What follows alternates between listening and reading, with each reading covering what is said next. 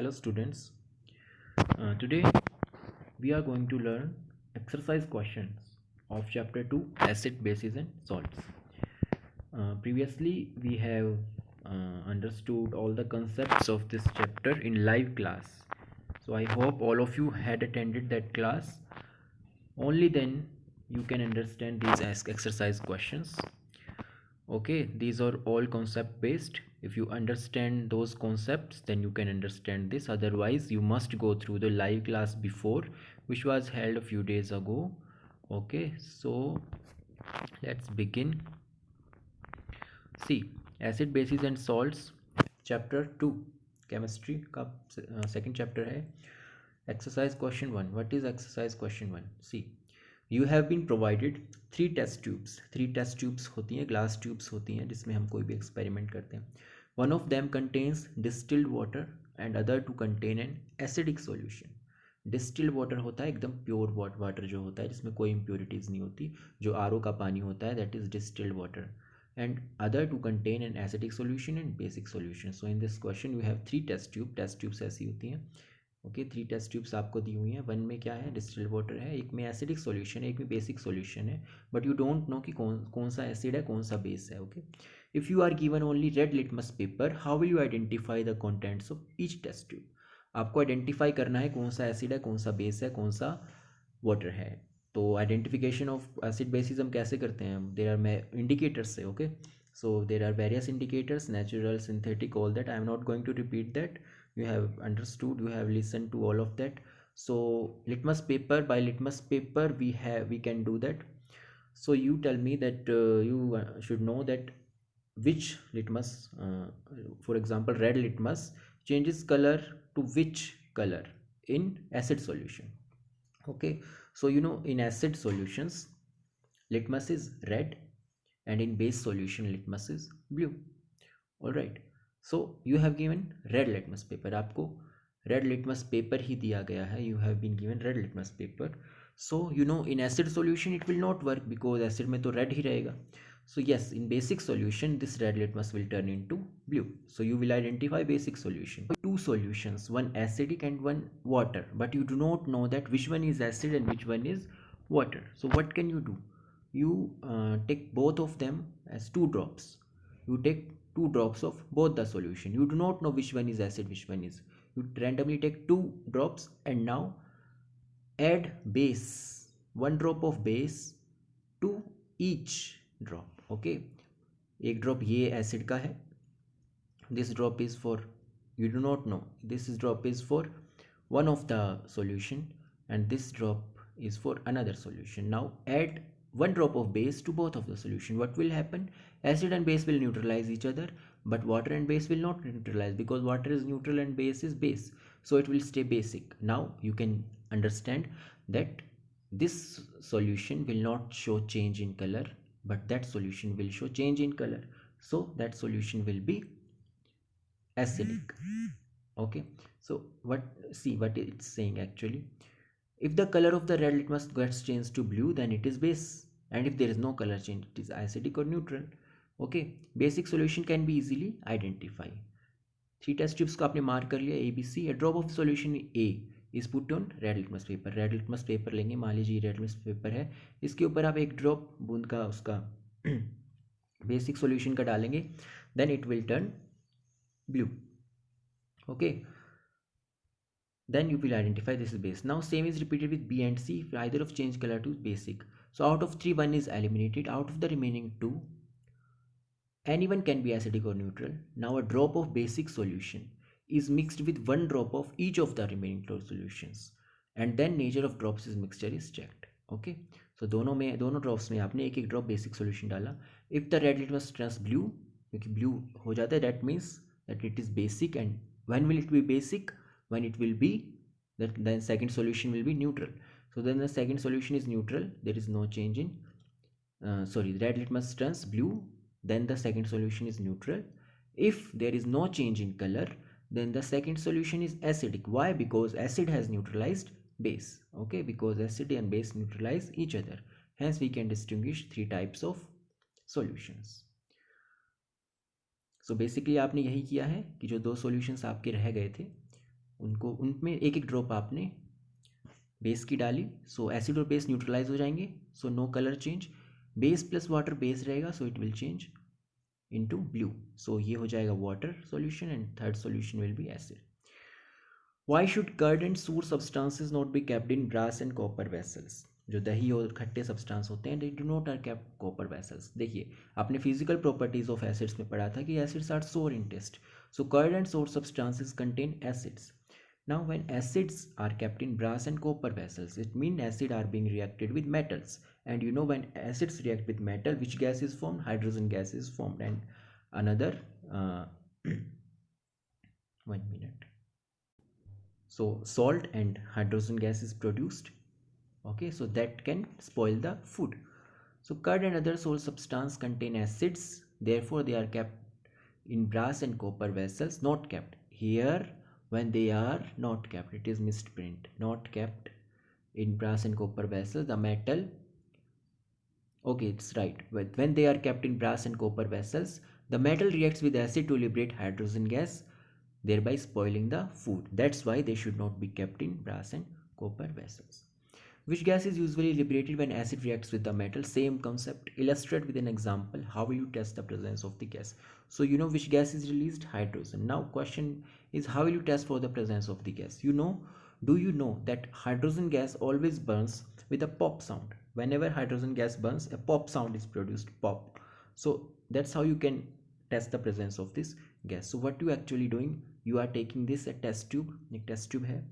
Alright, inside there is acid H2SO4, here H2SO4, and in H2SO4 you have put some zinc granules, so you are reacting basically metal with acid, so hydrogen gas is produced. This hydrogen gas, when you burn this gas, this burns with a pop sound, pop, pop sound. You cannot put that matchstick directly on that gas, okay, because a blast may occur, so you pass it first through a soap solution, okay, soap solution, then some bubbles are produced. Only to those bubbles you have to bring a candle, then those bubble burn with pop sound. All right, take few pieces of zinc granules and add 5 ml of dilute H2SO4. Shake it and pass the gas produce soap solution. This soap solution contain hydrogen gas reaction. Whenever in chemistry any question, try to write reaction. H2SO4 plus Zn. ZnSO4 is a salt and hydrogen gas is produced. We can test the evolved hydrogen gas by its burning with a pop sound when candle is brought near the soap bubbles. Alright. Question number 3. Metal compound. See, it's a metal compound A. Its name is, we are given its name A. Reacts with dilute hydrochloric acid. एक acid dilute होता है जिसमें ज़्यादा पानी होता है, एक concentrated होता है जो ज़्यादा स्ट्रॉन्ग होता है विदाउट वाटर. सो डाइल्यूट एसिड की जो एसिडिटी होती है, जो स्ट्रेंथ होती है, वो कम होती है. To produce effervescence. देखिए एफरवेसेंस होता है जो बुलबुले उठते हैं पानी से या किसी भी चीज़ से. तो एफरवेसेंस बेसिकली हमेशा होता है कौन सी गैस से? CO2. बिकॉज आपने देखा होगा जो कोक होती है, पेप्सी होती है, उसमें जो बबल्स होते हैं वो किसके होते हैं? CO2 के. तो उसमें भी एफरवेसेंस होती है. So you know that effervescence आ गई तो CO2 गैस आ गई. ठीक है. सो देखिए metal compound with acid CO2. आपको याद आ रहा है कुछ लाइव क्लास से आपने पढ़ा होगा कि metal carbonate react with acids to form carbon dioxide. So आपको समझ आ गया होगा पहली ही लाइन से कि मेटल कंपाउंड कौन सा है? मेटल का कार्बोनेट है. नाउ मेटल कौन सी है? The gas involve extinguishes a burning candle. एक और एग्जाम्पल दे दिया है ताकि आपको कन्फर्म हो जाए कि ये जो गैस है वो जलती हुई कैंडल को बुझा देती है, तो ऑब्वियसली ये कार्बन डाइऑक्साइड है. Right a balanced chemical equation आप लिख देंगे and one of the compound form is calcium chloride. अब आपसे इसको मेटल का नाम पता चल गया है कि कैल्शियम जो है वो मेटल है और कैल्शियम क्लोराइड सॉल्ट प्रोड्यूस हो रहा है. Calcium carbonate plus hydrochloric acid, metal carbonate plus acid gives salt plus carbon dioxide plus water. So write this reaction carefully. Okay, symbol ध्यान से लिखना. Calcium C capital, A small, then another atom CO3, calcium carbonate. Okay, and this is in solid form, so solid HCl aqueous. That's how you should write names of those compound below the formulas.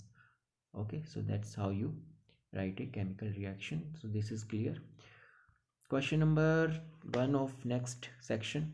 Why do hydrochloric acid and nitric acid, this is hydrochloric acid, this is nitric acid, etc., show acidic characters in aqueous solutions, while solution of compounds like alcohol and glucose do not show acidic character? I told you in live class that acids show acidity in aqueous solution because in aqueous solutions in water, acids give hydronium ions. You know what are acids? Acids are those which release H positive ions. So when do they release? They release when they are in aqueous form. So HCl and HNO3 show acidic character in aqueous solution, but alcohol and glucose का formula आपने life processes में पढ़ा है, इसमें भी देखिए H होता है, but this H do not gate released in water, so that's why it do not show acidic character. See, dissociation का मतलब होता है breaking down. Dissociation of HCl or HNO3 to form hydrogen ions always occurs in presence of water. Okay, hydrogen ions combines with H2O to form hydronium ions. So what is the reaction? HCl breaks down into H positive plus Cl negative in water, and water adds with H3O positive hydronium ions. But aqueous solution of glucose and alcohol contain hydrogen. They do not dissociate. Why they are not acid? Why do not show acidic character? Because they do not dissociate in water to form hydrogen or hydronium ions. Okay. Question number 2. Why does an aqueous solution of an acid conduct electricity? Same concept. Aqueous solution of an acid, because aqueous solution of an acid has ions H positive and Cl negative, और H, अगर sulphuric acid होगा तो कौन से ion होंगे? H positive और sulphate ions होंगे SO4 negative, और एसिड होगा तो H पॉजिटिव Cl, ये वाला एसिड होगा तो ये होगा, नाइट्रिक एसिड होगा तो H पॉजिटिव और NO3 नेगेटिव, ये आयन्स होंगे. So aqueous solution, acids dissociate in aqueous solutions to form ions. These ions are responsible for conduction of electricity. You know about when does a solution conduct electricity? कोई भी solution electricity को conduct कब करेगा? जब उसमें ions होंगे. So that solution is known as electrolyte. Okay. Question number 3 same concept पर है. Why does dry HCl gas does not change color of the dry litmus paper? वही same thing. Dry HCl है मतलब water नहीं है, water solution नहीं है, so acidic character भी show नहीं करेगा. Color of litmus paper is changed by hydrogen ions. Dry HCl does not contain hydrogen ions. It is only in the aqueous solution. Okay. Question number 4. ये भी live class में हो चुका है. While diluting an acid, एक acid को dilute करते time, dilute मतलब उसमें पानी मिलाते टाइम और उसको और पतला करते time, why is it recommended that the acid should be added to water and not water to the acid? You know its answer. Because addition of water to acid is highly exothermic. मान लीजिए ये आपके acid है बहुत सारा, अगर आपने इसमें एक बूंद भी पानी मिला दिया सो it will be highly exothermic, बहुत ज़्यादा हीट रिलीज होगी. बट अगर पानी के अंदर, अगर बहुत सारे पानी के अंदर आप थोड़ा सा एसिड मिलाते हो then it will be safe. So since the process of dissolving an acid in water is exothermic, it is always recommended that acid should be added in water. आप इसमें यही लिखिए कि if it is done the other way, it is possible that because of large amount of heat, mixture splashes on causes burn. So since the process of dissolving an acid in water, नहीं, dissolving water in acid, आप इसको ऐसे लिखिए. Since the process of dissolving water in acid is highly exothermic, it is recommended that acid should be added to water. Okay. How is the concentration of hydronium ions affected when a solution of, देखिए very interesting, बहुत interest, अच्छा question है, छोटा सा भी है और अच्छा सा भी है. How is the concentration of hydronium ions affected when a solution of an acid is diluted? 1 minute. हाँ,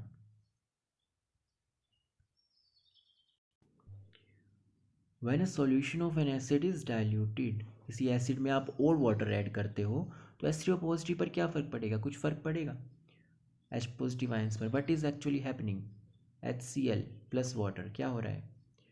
HCl is breaking down into H positive plus Cl negative, और H2O तो कोई चेंज नहीं हो रहा, H2O है.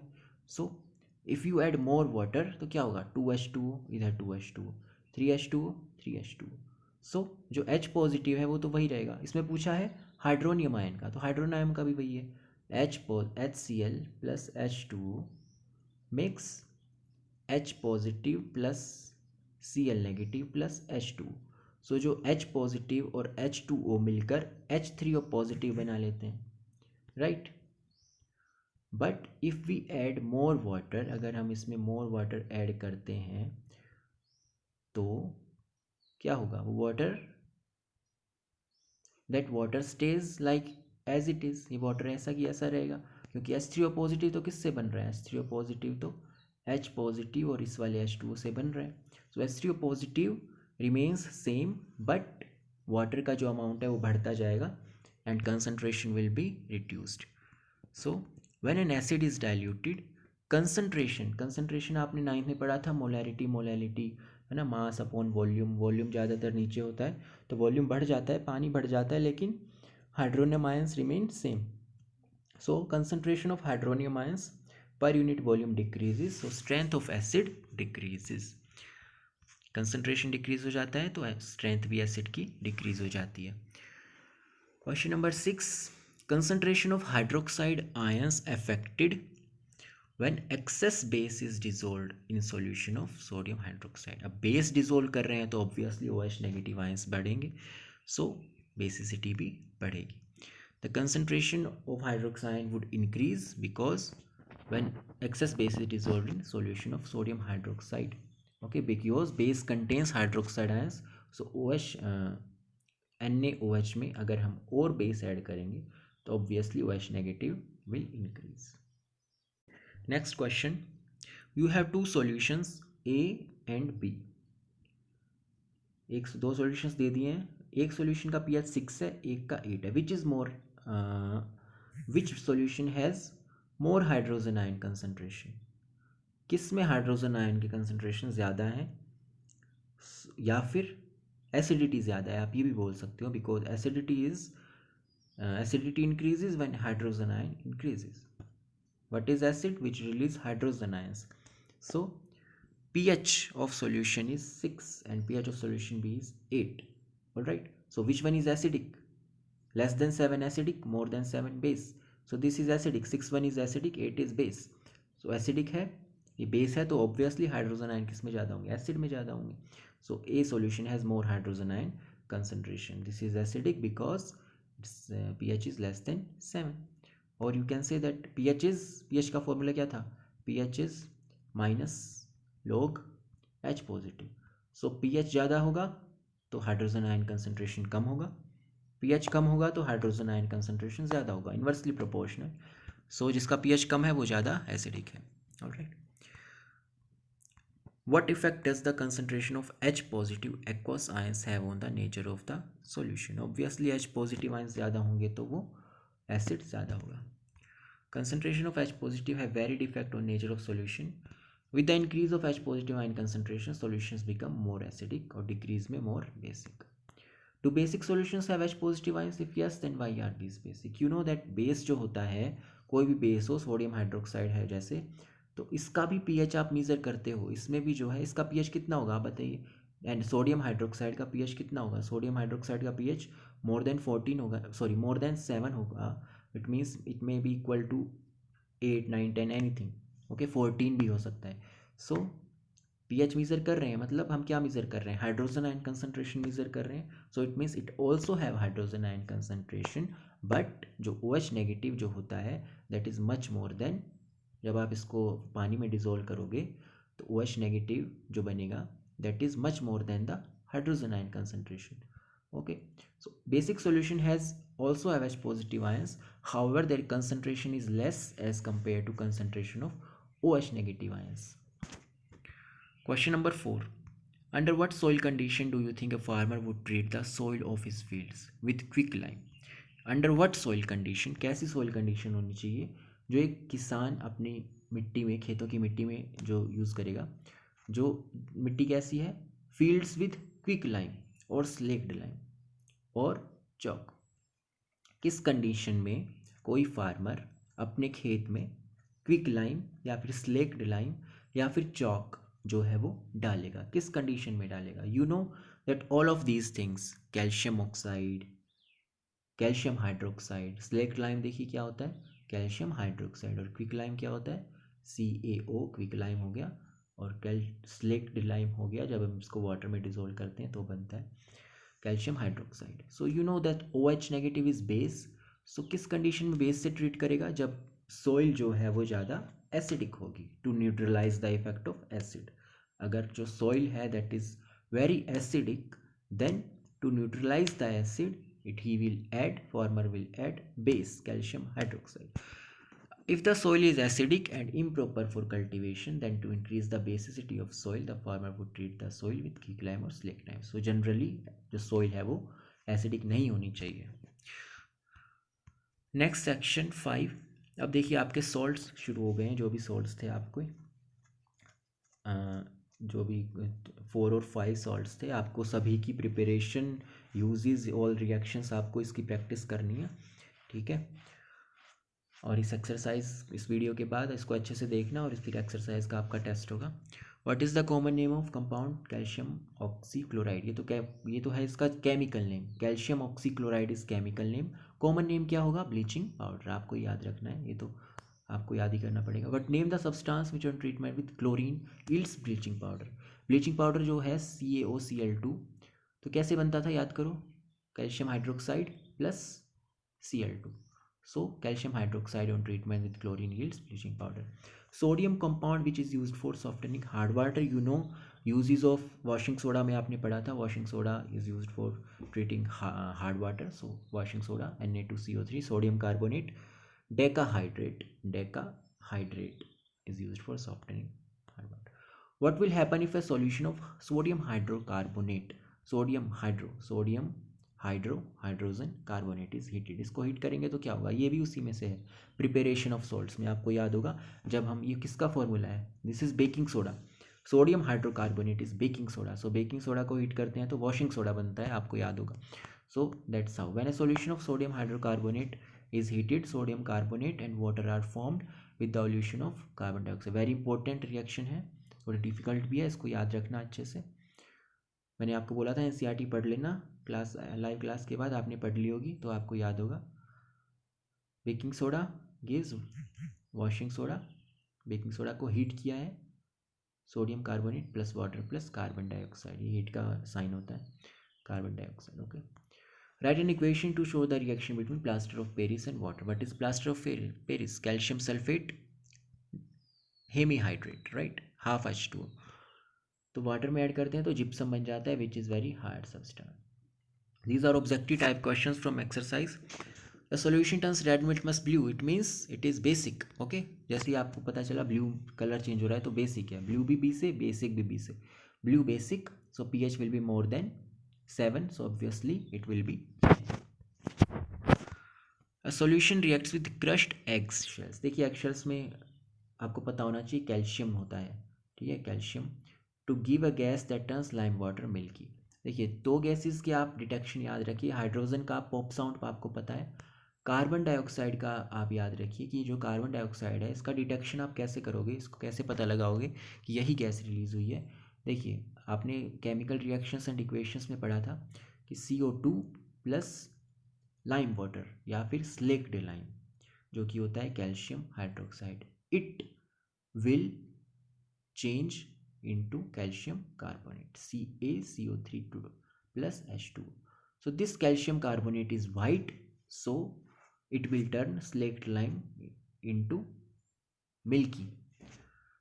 So that's how you detect carbon dioxide. So lime water को milky हो रहा है मतलब CO2 गैस है, इफर्विसेंस हो रहा है मतलब CO2 गैस है। So lime water milky मतलब carbon dioxide. So obviously the solution contains, the solution reacts with crushed eggshells to give a gas that turns lime water milky. तो solution के अंदर क्या होना चाहिए, CO2 गैस कब release होती है, आपको पता होगा, CO2 is released when acid reacts with metal carbonate। Metal carbonate ये बहुत बार हो चुका है, तो metal carbonate plus acid gives carbon dioxide. So egg shell क्या है, कैल्शियम कार्बोनेट है, जो एग की शेल होती है वो कैल्शियम कार्बोनेट की बनी होती है, प्लस यहाँ कोई एसिड होना चाहिए, तभी जो है CO2 गैस रिलीज होगी, राइट। सो एसिड इसमें से कौन सा है, HCl ही है, hydrochloric acid, alright. 10 ml of solution sodium hydroxide base is completely neutralized by 8 ml of HCl। Okay 10 ml जो है 8 ml HCl से न्यूट्रलाइज हो जाता है। ऐसा नहीं है कि 10 ml से न्यूट्रलाइज होता है, 10 ml 8 ml से न्यूट्रलाइज होता है। If we take 20 ml of same solution of sodium hydroxide, the amount of HCl solution required to neutralize it will be, so it is very basic maths, you can understand। 10 ml is neutralized by 8, so 20 ml will be neutralized by 16, because 10 2s are 20, 8 2s are 16, very simple। Which one of the following types of medicines is used for indigestion? Indigestion में आपको पता है indigestion होता है when indigestion occurs too much of acid is released। Digest करने के लिए बहुत ज़्यादा एसिड रिलीज होता है, तो उसको बेस ही न्यूट्रलाइज कर सकता है, ऑलराइट। बेस होता है एंटा एसिड। ये सब कुछ हो चुका है क्लास में। These are simple reactions which you have to write. Dilute, आपको कॉन्सेप्ट ध्यान रखना है, acid reacts with metal, acid reacts with metal H2 gas, acid reacts with metal, इसमें भी हाइड्रोजन गैस, ये भी सेम कॉन्सेप्ट है, सबका सेम कॉन्सेप्ट है। रिएक्शंस ठीक से लिखना, सिंबल ठीक से बनाना मेटल्स का, एटम्स का, ठीक है। एक्वस में है, सॉलिड में है, बिकॉज मेटल तो सॉलिड फॉर्म में होगी, एसिड जो एक्वस फॉर्म में होगा, ठीक है। हाइड्रोजन गैस गैस फॉर्म में होगी, और सॉल्ट जो बनेगा वो भी एक्वस फॉर्म में बनेगा, ठीक है। सो H2SO4 प्लस Zn, ये तो आपको आती है, सॉल्ट ZnSO4। मैग्नीशियम में मैग्नीशियम क्लोराइड, एल्यूमिनियम में Al2SO4 3, बिकॉज वैलेंसी आपको पता है, Al की वैलेंसी इधर आएगी 3, SO4 की इधर 2, ऑलराइट। और सो इसका आयरन का सॉल्ट क्या बनेगा, FeCl3, okay. Next question, compound such as alcohols glucose also contain hydrogen but are not categorize acid. Same question repeat हो रहा है, बस आपको इसमें थोड़ा एक्टिविटी लिखनी है। क्या करना है कि आपको एक बीकर लेना है, बीकर में पानी डालना है, आपको पानी नहीं, अल्कोहल और ग्लूकोज जो है, जो सॉल्यूशन है ग्लूकोज और अल्कोहल में पानी मिलाकर डालना है, aqueous solution of alcohol glucose डालना है, ओके। और इसमें हमें वो चाहिए, इलेक्ट्रोड्स चाहिए, इलेक्ट्रोड्स। देखिए आप इलेक्ट्रोलाइट, आपने इलेक्ट्रोलाइट में बेसिक क्या होता है, एक बीकर होता है, उसके अंदर इलेक्ट्रोलाइट होता है जो भी वाटर कंडक्ट करता है। आपको पता है करंट तभी फ्लो करता है जब सर्किट कंप्लीट हो, और आपको बैटरी चाहिए, तो बैटरी लगा दीजिए एक, ठीक है। और ये वाटर सॉल्यूशन है, and you also need some conducting electrodes, किसी भी मेटल की इलेक्ट्रोड जो कंडक्ट करें, और सर्किट को आप ऐसे बंद कर देंगे। इसमें दिया हुआ है, ये देखिए, ये देखिए इसको, ये बैटरी है, ये आपके इलेक्ट्रोड्स हैं, और ये इलेक्ट्रोलाइट है। So that's how you have to do. 2 nails, nails होती हैं कीलें, जो कि आयरन की बनी होती हैं। So metal conduct electricity, so those nails will conduct electricity. 2 nails are fitted on a cork. Cork क्या होता है, देखिए कोर्क ये होता है छोटा सा, आपको ऐसा छोटा सा कोर्क होता है जो कि जिसमें आप कोई भी चीज़ फिट कर सकते हो अंदर। 2 cork nails are fitted on a cork, 100 ml beaker में आपको उसने रखा है। So the nails are then connected to the 2 terminals of 6 volt battery through a bulb and a switch. Dilute hydrochloric acid is poured in the beaker, current is switched on. So you can see that in case of hydrogen chloride, hydrochloric acid, bulb glows because HCl is a conducting solution, but glucose के case में ऐसा नहीं होगा, because glucose does not dissociate into ions. HCl dissociates into H positive Cl negative ions. Ions conduct electricity, but glucose solution does not dissociate, so it does not conduct electricity. All right. So this is, इसमें आपने ये cork है, इसके अंदर आपने 2 की nails fit करी हैं, और नेल्स को आपने बैटरी से अटैच कर दिया है, और एक बल्ब भी लगा दिया, जिससे आपको पता चले कि जो लाइट है, इलेक्ट्रिसिटी है, करंट है, वो फ्लो कर रहा है या नहीं, ठीक है। सो ये ग्लूकोज सॉल्यूशन के अंदर बल्ब ग्लो नहीं करेगा, और एसिड सॉल्यूशन के अंदर बल्ब ग्लो कर जाएगा। Why does distilled water not conduct electricity? Rainwater does. Very nice question. Distilled water, pure water जो होगा इलेक्ट्रिसिटी कंडक्ट नहीं करेगा, क्योंकि इलेक्ट्रिसिटी कंडक्ट करने के लिए आयंस चाहिए। सो वाटर जो प्योर होता है उसमें आयंस वैसे आप डिसोसिएटेड फॉर्म में नहीं होता है, वाटर सिर्फ वाटर न्यूट्रल फॉर्म में होता है। बट अगर रेन वाटर जो होगा उसमें इम्प्योरिटीज़ होंगी, एसिड हो सकता है उसके अंदर, ठीक है, सॉल्ट हो सकता है। So those acid and salts dissociates into ions. So that's why rainwater conducts electricity but distilled water does not. Distilled water is a pure form of water and is devoid of, devoid मतलब उसके अंदर नहीं है, devoid of any ionic species, so it does not conduct electricity. Rainwater contains many ionic species. Okay. Why do acids not show acidic behavior in absence of water? Same question repeat हो चुका है, water में ही जो है dissociation होता है। Two solutions A B C D universe, pH दिया हुआ है, आपको बताना है कौन सा, वेरी इजी क्वेश्चन। एसिड है, 4 है तो एसिड होगा, 1 है तो भी एसिड होगा because less than 7 is acid, 11 base होगा, 7 न्यूट्रल होगा, 9 बेस होगा। 4, अब आपको बताना है कम एसिडिक है ज़्यादा एसिड, जितना कम पीएच उतना ज़्यादा एसिडिक, जितना ज़्यादा पीएच उतना ज़्यादा बेसिक। तो कम पीएच है 1 है तो सबसे ज़्यादा एसिडिक 1 वाला होगा। 4 जो है थोड़ा ज़्यादा पीएच हो रहा है 1 से, तो ये जो है कम एसिडिक होगा। सो और 7 न्यूट्रल हो गया, 9 जो है और 11 कौन सा ज़्यादा बेसिक होगा, जो ज़्यादा है वो पीएच है वो ज़्यादा बेसिक होगा, तो 11 इज़ मोर बेसिक। 1 और 4 में कौन सा ज़्यादा एसिडिक होगा, जो ज़्यादा है वो कम एसिडिक होगा, कम है वो ज़्यादा एसिडिक होगा, सो 1 इज़ मोर एसिडिक।